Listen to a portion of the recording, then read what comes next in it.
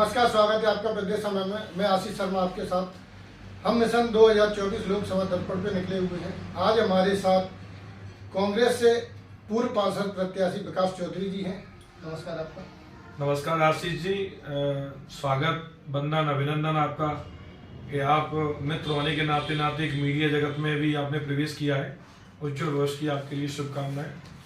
आज हम बात करेंगे 2023 विधानसभा चुनाव कांग्रेस क्यों हारी और 2024 लोकसभा चुनाव में कांग्रेस का या किसी भी अन्य दल का क्या काम है, क्या भूमिका है, क्या उनका रेशियो निकलेगा चुनाव को लेकर। सबसे पहले हम बात करेंगे विधानसभा चुनाव 2023 कि इतनी बड़ी कांग्रेस की लहर थी, उसके बावजूद भी कांग्रेस को बहुत बड़ी हार का सामना करना पड़ा। इसके पीछे का अहम रीजन क्या है?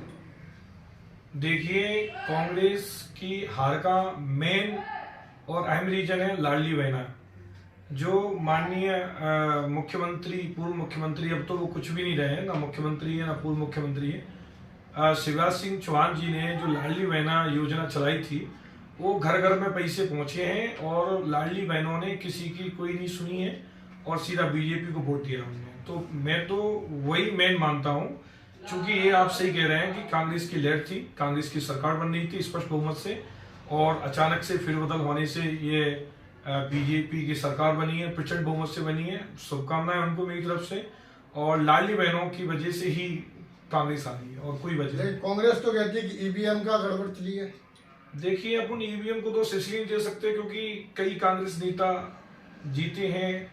अभी इससे पहले भी सरकार बनाई थी कर्नाटक में, हमने हिमाचल में भी बनी है, तो कई जगह सरकार बनी है कांग्रेस की।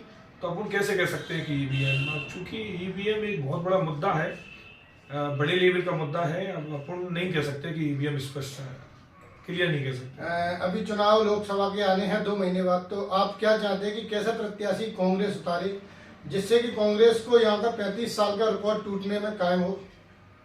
देखिए, महगांव और ये लाहौर, अटेर, भिंड और ये दतिया जो भी विधानसभाएं लगती हैं, ये सत्य है कि यहाँ से हमेशा लोकसभा से बीजेपी से जो भी प्रत्याशी आया वो जीता है। और यहाँ बीजेपी का गढ़ फोड़ना कांग्रेस के लिए बड़ा कठिनाई का काम है, और इस बार हम फोड़ेंगे। कांग्रेस यहाँ से जीत रही है। क्या है, इस बार एससी और जो भी कांग्रेस का वोट है वो पूरा मिल रहा है। राहुल जी यात्रा कर रहे हैं, उसका प्रभाव पड़ेगा, और यहाँ से लोकसभा से कांग्रेस जो भी प्रत्याशी आएगा कांग्रेस का जीतेगा। लेकिन बीजेपी तो कह रही है कि हम 29 में से 29 सीटें निकाल रही है। बीजेपी तो ये कह रही है कि पूरे भारत में हम आ रहे हैं, तो ऐसा तो कहीं नहीं है। बीजेपी कहती है वो होता नहीं है, ये तो सब कहते हैं, लेकिन यहाँ से 100% कांग्रेस का प्रत्याशी जीत रहा है। आपके हिसाब से कांग्रेस को भिंड दतिया लोकसभा पे कैसा प्रत्याशी उतारना चाहिए? प्रत्याशी अगर उतारेंगे अच्छा तो निकल जाएंगे। प्रत्याशी पे ही डिपेंड करता है। प्रत्याशी ऐसा होना चाहिए कि जिसको पहले से लोग जानते हो। होता क्या है, लोकसभा बहुत बड़ा चुनाव होता है, यहाँ जो प्रत्याशी आते हैं उनको वोटर हकीकत में जान नहीं पाता है। जैसे कि इससे पहले जो आए थे, मैं नाम नहीं लूंगा, उनको कोई नहीं जानता था। इसलिए कम से कम ऐसा प्रत्याशी होना चाहिए जो क्षेत्र में रहा हो, लोगों से जुड़ा हो, लोगों के मुद्दों की बात की हो, लोगों का काम किया हो, लोगों के घर तक जाना, यहाँ की समस्या क्या है, यहाँ की मेन समस्या क्या है, उनको उठाए वहां लोकसभा में। ऐसा कोई प्रत्याशी होना चाहिए। कोई ऐसा नया चेहरा नहीं आना चाहिए कि पता ही नहीं चले कि ये कौन है, कहाँ से, हम जानते ही नहीं है, ऐसा नहीं होना चाहिए। आपका भी कांग्रेस के अंदर क्या पद है?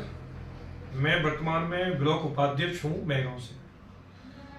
बताया जाता है कि आप अध्यक्ष की तैयारी कर रहे हैं, ये क्या, कहाँ तक ये सत्य है? जी, अगर पार्टी विश्वास जताएगी और टिकट देगी तो महगांव से नगर परिषद का अध्यक्ष का चुनाव लड़ूं।